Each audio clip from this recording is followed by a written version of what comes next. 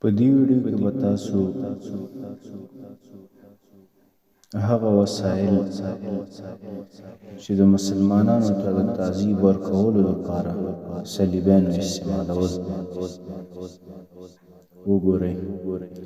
په اندلس کې چې کله مسلمانان کمزوري شو، نو صلیبیانو د مختلفو وسایلو او هغوی ته د تعذیب ورکولو لپاره مختلف سامانونه کارول، چې هغه تاسو په دې ویډیو کې لیدلی شئ. ویډیو تر پای وګورئ او د ملګرو سره یې شریکه کړئ، تر څو مسلمانان د صلیبیانو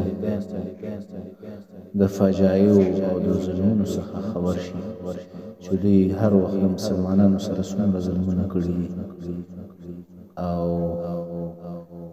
مسلمانان دوی د لاسونو څخه په عذاب او په تکلیف شوي دي.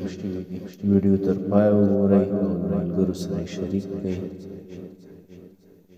او چینل د نورو ویډیوګانو لپاره سره سبسکرایب کړئ.